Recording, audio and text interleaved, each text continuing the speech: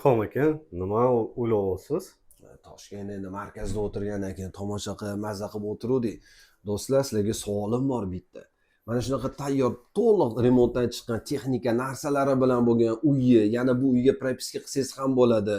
Shunaqa joy olgan bo'larmi deyli yoki buni puliga mashina olgan bo'larmi deyli. Har kuni narxi tushadigan.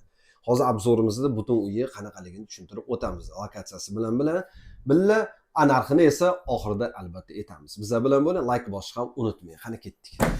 Ishdan charchagan paytingiz bor, o'zingizmi yoki oshna oilalar bilanmi ubejish kerak bo'ladi erkaklar uchun. Mana xuddi shu joyda do'stim, mazza qilib kelib, choylarni damlab, kolalari pishillatib, mana bu yerda hamma texnika qo'yilgan. Qani televizorni bitta ko'rsatib bering.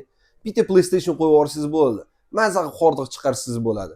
U yoq tomonda esa oshxonamiz, kuxona territoriya, hamma kerakli texnikalar o'rnatilgan. Bu zal ko'rib turganingizdek. Bu yoqda kichkina koridorimiz bor.